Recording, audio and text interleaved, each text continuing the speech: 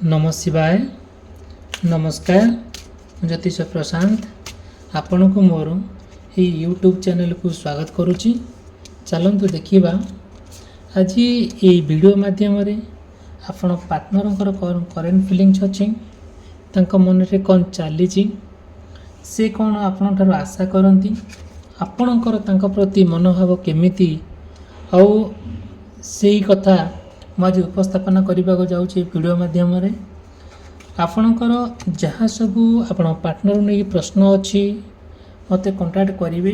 मोर contact number देती मु तार पर्सनालिटी माध्यम तार समाधान बाट आपण को देखी केमी आप सब समस्या आप मुक्ति पाई गोटे सुंदर जीवन जापन अतिबाहित करेंगे आम पार्टनर सहित मु डिटेल पूरा कहि। देखंतु आपण जदि मो वीडियो को देखुचंती आरंभ शेष पर्यंत देखिले जानीपारे गोटे कन्क्लूजन पॉइंट रे पहुँचे। आउ जदियो भी किसी मन में प्रश्न अच्छे आप पार्टनर को लेकिन मत आप पचारे मु मोर पर्सनालिटी माध्यम पूरा डिटेल कहि। फास्ट कहि देखंतु आपणकर पार्टनरंकर आपण प्रति मनोभाव केमिति धीरे धीरे से तांकर मनोभाव आपण प्रति केमि बदली जाउची से केमि आपण ठार दूरे जाउचंती जितेबले आपण तांको एक कथा कहउचंती से काहे केमि आपण को इग्नोर कला परी माने तांकर कथावार्ता चालीचरण आचार व्यवहार आपण से भली लागुची। धीरे धीरे तांको भीतर आपण भीतर जो सब भल बॉन्डिंग थिला गोटे सुंदर भल पाइबा थिला से सब धीरे धीरे आपण ठारू दूरे गलानी। धीरे धीरे आपण जहाँ गोटे बुझेबा जाऊँगी से किसी बुझिया परिस्थिति रहूना बुझिकी अबुझा है पर लगुच आपण बहुत से कथा को लेकिन बहुत कष्ट भी अनुभव करुँच। आज से कथा को आम मुझे वीडियो कहि से प्रभु ईश्वरंकर जहाँ आशीर्वाद अच्छी से ईश्वरंकर जहाँ आम प्रति भल पाइबा अच्छी जहाँ जहाँ सपोर्ट अच्छी जहाँ भगवान आम प्रति जो कर्तव्य अच्छी भगवान प्रति आमर जो माने निष्ठुक आउ अहेतुक भक्ति अच्छी से आपण को ईश्वर को प्रार्थना करुच्ची केमिति आपणकर सुखमय हो दीर्घमय हो आउ आपण पार्टनर नहीं कि गोटे सुंदर जीवन जापन अतिबाहित करंतु से मु कहिबी आउ मु एतिकी आपण पई मु भगवान को डाकी पारिबी किछि नाही। चलंतु देखिबा आज जो पार्टनर आपण सहित कहीं से एमती अवहेलित होउचंती आपण बार बार आपण ठारू से केमती दूरे जाउचंती तांका एक्चुअली रियल कथाटा कौन जदियो मु कहिबा पूर्वरु जदियो आपणकर किंबा आपण पार्टनरंकर मेष राशि वृष राशि मिथुन राशि कर्कट राशि सिंह राशि कन्या राशि तुला राशि बिछा राशि धनु राशि मकर राशि कुंभ राशि और मीन राशि होता है बहुत गुड़े कथा आपण सहित कनेक्ट हो पारे मे भी न हो पारे बट आम देखा जहाँ भी गोटे होना कहीं आज आम समाधान बाट आज बाहर करवा। देखंतु आपणकर जो भल पाइबा आपण पार्टनर प्रति गोटे एत सुंदरमय भल पाइबा एते जोटा कि आम कौन कहवा ना से भल पाइबा जेमिति आपण प्रति माने तांकर जो भल पाइबाटा थिला जेमिति आपण प्रति गोटे स्नेह ममता आदरता गोटे भल पाइबा सते जेमिति गोटे गोटे कहानी परी लागू थाए सते जेमिति आपण को लागू थाए से ही एकमात्र लोक जे मते पृथ्वी दुनिया सबुठार मत अधिक भल पाउची आपण सहित तांकर सहित एते सुंदर बॉन्डिंग एते सुंदर भल पाइबा कहीं जे केते दूर आउ आपण भितरे आउ तांको भितरे केबे भी कौनसी दिन भी कली झगड़ा हैनी कि केबे आपण से खराब भावी ना कि आपण तांको खराब भावी ना बहुत सुंदर भल पाइबा आजिकली से सुंदर भल पाइबा सते जमी कुआडे चली जाइए आपण आपण पार्टनर भितरे आउ ठीक ठाक पड़ू ना ठीक ठाक माने ना आपण जहाँ कहते जे शुणुंट ना सी जहाँ कहला आपन शुणा भल लगुच आपन से सब जिन इरिटेट लगुच धीरे धीरे आपण आपण पार्टनर भितर गोटे कौन कर संघर्ष चली गोटे मन जो कॉन्फ्लिक्ट क्रिएट हुए जो मन जो खंड युद्ध क्रिएट हुए ଆଉ ସେସବୁ ଜିନିଷ ଆପଣ ତାଙ୍କ ଭିତରେ ଚାଲିଛି, ଯେଉଁଟାକି ଆପଣ ଯାହା କହିଲେ ବି ସେ ବୁଝିପାରୁନାହାନ୍ତି କି ସିଏ ବି ଯାହା କହୁଛନ୍ତି ଆପଣଙ୍କୁ କିଛି ଭଲ ଲାଗୁନି। କିନ୍ତୁ କ'ଣ କରାଯିବ, ସେ ଈଶ୍ୱରଙ୍କର ତ ଆଶୀର୍ବାଦ ଯାହା ଅଛି ସେୟା ହିଁ ହେବ। ଆପଣ ଆଉ ତାଙ୍କ ଭିତରେ ଗୋଟେ ଟୁଇନ୍ ଫ୍ଲେମ୍ ପରି ଥିଲେ, ଯେଉଁ ଜୁଡ଼ୁଆ ପରି। ସେ ଆଉ ଆପଣଙ୍କ ଭିତରେ ଯେଉଁ ସୁନ୍ଦର ଭଲ ପାଇବାଟା ସତେ ଯେମିତି କୁଆଡ଼େ ଡିସାପିଅର୍ ହେଇଗଲା, କୁଆଡ଼େ ସବୁ ମାନେ ଉଭେଇଗଲା। ସେ ଜିନିଷ ଆପଣ ଆଉ ମନେ ପକାଇଲେ ବି ଆଉ ଫେରି ପାଉନାହାନ୍ତି। ଆପଣ ପ୍ରତ୍ୟେକ ଦିନ ପ୍ରତ୍ୟେକ ମୁହୂର୍ତ୍ତରେ ଆପଣ ତାଙ୍କ କଥା ବହୁତ ଭାବନ୍ତି, ବହୁତ ମନେ ବି ପକାନ୍ତି, ବହୁତ ତାଙ୍କ ପ୍ରତି ଆପଣ ବହୁତ ଯେଉଁ ସ୍ନେହ ମମତା ଥିଲା, ଯେଉଁ ମାନେ ହୃଦୟରେ ଯେଉଁ ଭାବନା ଥିଲା, ଯେଉଁ ମନରେ ଆପଣଙ୍କର ଫିଲିଙ୍ଗସ୍ ଥିଲା, ଯେଉଁ ପଜିଟିଭ୍ ଫିଲିଙ୍ଗସ୍, ସେଇଟା ଯେତେବେଳେ ଆପଣ ତାଙ୍କ ପାଖରେ ଏକ୍ସପ୍ରେସ୍ କରୁଛନ୍ତି, ସେସବୁ ଜିନିଷକୁ ନା ସେ ତାର କିଛି ବୁଝିପାରୁନାହାନ୍ତି। ଆଉ ଧୀରେ ଧୀରେ ଆପଣ ପ୍ରତି ବହୁତ ମାନେ ରିଗ୍ରେଟ୍ ଫିଲ୍ କରୁଛନ୍ତି, ବହୁତ ଇଗ୍ନୋର କରୁଛନ୍ତି। ସବୁବେଳେ ଧୀରେ ଧୀରେ ଆପଣଙ୍କୁ ଭୁଲିଯାଇ ତାଙ୍କର ପୂର୍ବତନ ତାଙ୍କର ଏକ୍ସ କଥା ମନେ ପକାଉଛନ୍ତି, ତାଙ୍କ କଥା ଆଣିକି ଆପଣଙ୍କ ପାଖରେ ଯୋଡ଼ୁଛନ୍ତି। ଯେଉଁ ଜିନିଷଟା ଆପଣଙ୍କୁ ଶୁଣିଲେ ଖାଲି ଭଲ ଲାଗୁନି, ବିରକ୍ତ ଲାଗୁଛି, ଇରିଟେଟ୍ ଲାଗୁଛି। ଆପଣ ନା ଦେଖିବେ, ଯେତେବେଳେ ଆପଣ ଚାହୁଁଛନ୍ତି ତାଙ୍କ ସହିତ କିଛି ଦିନ କଣ୍ଟିନ୍ୟୁ କରିବା ପାଇଁ, ଆଉ କେବେ ମାନେ ଝଗଡ଼ା ଏଇସବୁ ନ ହେଉ, କେବେ ସିଏ ଆପଣଙ୍କ ଉପରେ ନ ରାଗନ୍ତୁ, ଏସବୁ ଜିନିଷ ଆପଣ ଚାହୁଁଛନ୍ତି। ତାଙ୍କୁ ପ୍ରତ୍ୟେକ ଦିନ ପ୍ରତ୍ୟେକ ମୁହୂର୍ତ୍ତରେ ଆପଣ ଚାହୁଁଛନ୍ତି କି ତାଙ୍କ ସହିତ କିଛି ନା କିଛି କଥା ଆଲୋଚନା କରିବା ପାଇଁ।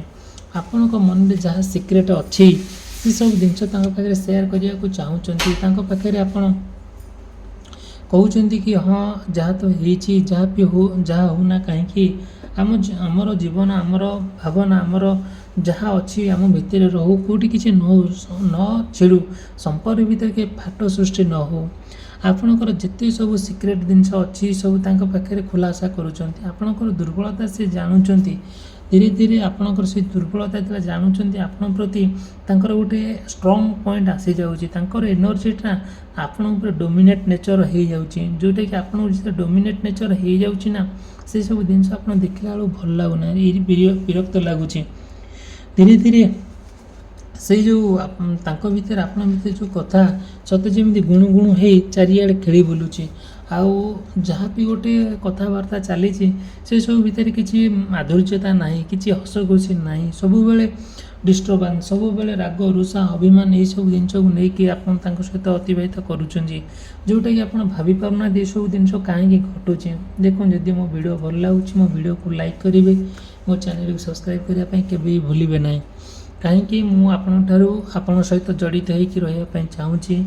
ନା ଆପଣ ମୋତେ ଦେଖିଛନ୍ତି ନା ମୁଁ ଆପଣଙ୍କୁ ଦେଖୁଛି। ମୁଁ ଆପଣଙ୍କୁ ଦେଖିବା ପାଇଁ, ଆପଣ ମୋତେ ଦେଖିବା ପାଇଁ ବହୁତ କମ୍ ଦିନ ଆଉ ସମୟ ଲାଗିବ।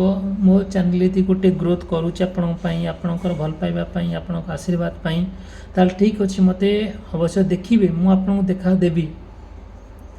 ଆଉ ମୁଁ ଏଥିପାଇଁ ମୋ ଫେସ୍ ଦେଖାଉନି, ଆପଣମାନେ ହୁଏତ ଠିକ୍ ଅଛି ମୁଁ ସେଇଟା କହିବି। ଆଉ ଯେତେବେଳେ ମୋର ଗୋଟିଏ ଚ୍ୟାନେଲ୍ ଗୋଟେ ଲେବୁଲ୍କୁ ଯିବ, ମୁଁ ଆପଣଙ୍କୁ ଅବଶ୍ୟ ଫେସ୍ ଟୁ ଫେସ୍ ମୁଁ ଆପଣଙ୍କ ପର୍ସନାଲ୍ ରିଡ଼ିଂ ଫ୍ରି ଅଫ୍ କଷ୍ଟରେ ଆପଣଙ୍କର କରିବି। ସେଇଟା ଆପଣଙ୍କର ଗୋଟେ ମୋ ପ୍ରତି ଭଲ ପାଇଲେ, ଆଉ ଭଲ ପାଇବା ଯଦି ସପୋର୍ଟ ରହେ, ମୁଁ ଯଦି ଆପଣଙ୍କ ଆଶୀର୍ବାଦ ପାଇକି ସେତିକି ଉପରକୁ ଯାଏ, ତାହେଲେ ମୁଁ ନିଶ୍ଚିନ୍ତ ଆପଣଙ୍କ ପାଇଁ ବହୁତ ଗୁଡ଼ିଏ କାମ କରିବା ପାଇଁ ମୋ ମନରେ ଭାବିଛି। ଠିକ୍ ଅଛି, ଯାହା ହେଉନା କାହିଁକି, ଆଉ ଆମେ ସେସବୁ ଜିନିଷ ପର କଥା ଆମେ କଣ୍ଟିନ୍ୟୁ କରିବା ଆମର ଭିଡ଼ିଓ। ଦେଖନ୍ତୁ, ଯେତେବେଳେ ଗୋଟେ ଆପଣ ପାର୍ଟନର ସହିତ ଆଉ ଗୋଟେ ଭଲ ବନ୍ଧୁତା ସୃଷ୍ଟି କରିବା, ଭଲ ଉପଦେଶ ଦେବା, ଭଲ ବାଟକୁ ଆଣିବା, ଯେତିକି ସେ ଖରାପ ବାଟରେ ଯାଉଛନ୍ତି ଆପଣ ତାଙ୍କୁ ଭଲ ବାଟରେ ଆଣିବା ପାଇଁ ବହୁତ ଟ୍ରାଏ ବି କରୁଛନ୍ତି। ଆଉ କେମିତି ସୁନ୍ଦର ଭାବରେ ଯେଉଁ ସବୁ ମତାମତ ଚାଲିଛି ସେସବୁ ଧୀରେ ଧୀରେ କ'ଣ ଡିସାପିଅର୍ ହେଇଯାଉ। ଆଉ ଗୋଟେ କ'ଣ ହଉ, ଆଉ ଯେଉଁଟାକି ଫ୍ରେଣ୍ଡସିପ୍ଟା ଆପଣଙ୍କ ଭିତରେ ତାଙ୍କ ଭିତରେ ଚାଲୁ, ଯେଉଁ ଫ୍ରେଣ୍ଡସିପ୍ଟା ଧୀରେ ଧୀରେ ଆପଣଙ୍କ ଭିତରେ ତାଙ୍କ ଭିତରେ ଗୋଟେ ସୁନ୍ଦର ପବିତ୍ର ବନ୍ଧନରେ ବାନ୍ଧି ହୁଅନ୍ତୁ। ଏହିସବୁ ଜିନିଷରେ ଆପଣ ବହୁତ ପ୍ରାଧାନ୍ୟ ଦେଉଛନ୍ତି। ଯେତେବେଳେ ଆପଣ ଚାହୁଁନାହାନ୍ତି କେବେ ନା କେବେ ପରିସ୍ଥିତିରେ ଆପଣ ତାଙ୍କୁ ଛାଡ଼ିବାକୁ କି ଆପଣଙ୍କୁ ସେ ଛାଡ଼ିବା ପାଇଁ, କ'ଣ କରାଯିବ, ବହୁତ ଗୁଡ଼ିଏ ଜିନିଷକୁ ଆପଣ କ'ଣ କରୁଛନ୍ତି ନା ଚାହୁଁଛନ୍ତି ଏଇସବୁ ଜିନିଷକୁ, ତାଙ୍କର ଯାହା ଆଶା ଆପଣ ଫୁଲଫିଲ୍ କରିବା ପାଇଁ। ସେସବୁ ତ ହେବା ପାଇଁ ଟିକେ କଷ୍ଟ ହେଉଛି ସତ, କିନ୍ତୁ କାହିଁକି ଅସୁବିଧାଟା ହେଉଛି ତାଙ୍କର ହେଉଛି ରିଏଲ୍ କାରଣ। ଆପଣ ନା ଯାହା ଗୋଟେ କହିଲେ ସେ ସେତିକିଟାକୁ ମାନେ ବୁଝୁନାହାନ୍ତି, ସେ ସବୁ ଜିନିଷକୁ ଆପଣଙ୍କୁ ମାନେ ଇମ୍ପୋର୍ଟାନ୍ସ ଦେଉନାହାନ୍ତି। ଧୀରେ ଧୀରେ ଆପଣ ଆଉ ତାଙ୍କ ଭିତରେ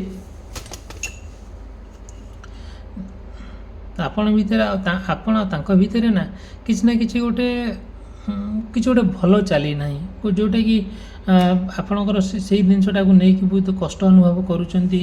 ଆଉ କ'ଣ ସବୁ କରାଯିବ, ଆଉ ଯେହେତୁ ଆପଣଙ୍କର ଏଇଭଳିଆ ପ୍ରୋବ୍ଲେମ୍ ଫେସ୍ କରୁଛନ୍ତି, ଆପଣଙ୍କୁ ତ ଅବଶ୍ୟ ଭଗବାନ ଆପଣଙ୍କୁ ସାହାଯ୍ୟ କରୁଛନ୍ତି। ଆପଣ ଭଗବାନଙ୍କୁ ଡାକନ୍ତି ଆଉ ଈଶ୍ୱରଙ୍କୁ ବହୁତ ଭଲ ପାଆନ୍ତି, ଆଉ ଯାହା ଗୋଟେ ଅସୁବିଧା ହେଲେ ସେଇ ପ୍ରଭୁଙ୍କୁ ଆପଣ ଜଣାନ୍ତି।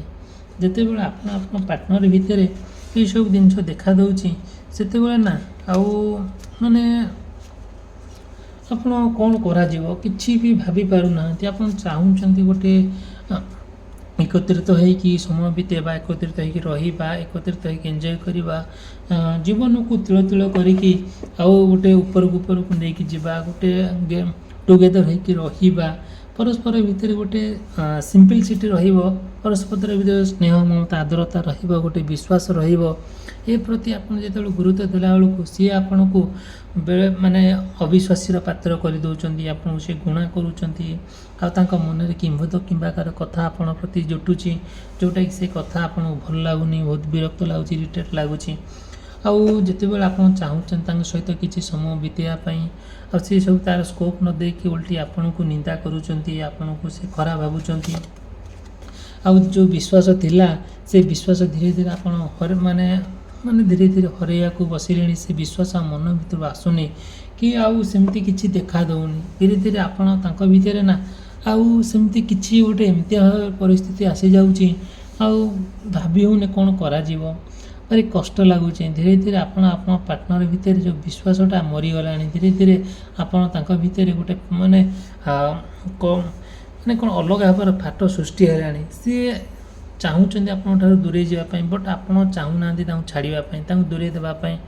ଆପଣ ବହୁତ ନିବିଡ଼ ସହକାରେ ତାଙ୍କୁ ବହୁତ ଭଲ ପାଆନ୍ତି, ଆପଣ ହୃଦୟ ଦେଇକି ତାଙ୍କୁ ଭଲ ପାଆନ୍ତି, ବଟ୍ ସେ ଭଲ ପାଇବା ଅର୍ଥଟା ଏବେ କାହିଁକି ବୁଝିପାରୁନାହାନ୍ତି। ଆପଣ ଯେତେ ଯାହା କହିଲେ ବି ସେ କାହିଁକି ଏମିତି ହେଉଛନ୍ତି, ତାର କିଛି କହୁନାହାନ୍ତି କି ନିଜେ କିଛି କରୁନାହାନ୍ତି। ଧୀରେ ଧୀରେ ଆପଣଙ୍କର ଯେଉଁ ଇଚ୍ଛା ଶକ୍ତି ଅଛି, ଯେଉଁ ଯେଉଁ ଆଶା ଅଛି, ସେ ଆଶାରେ ରହିଯାଉଛି, ଆଶା ଯେମିତି ମରିଯାଉଛି।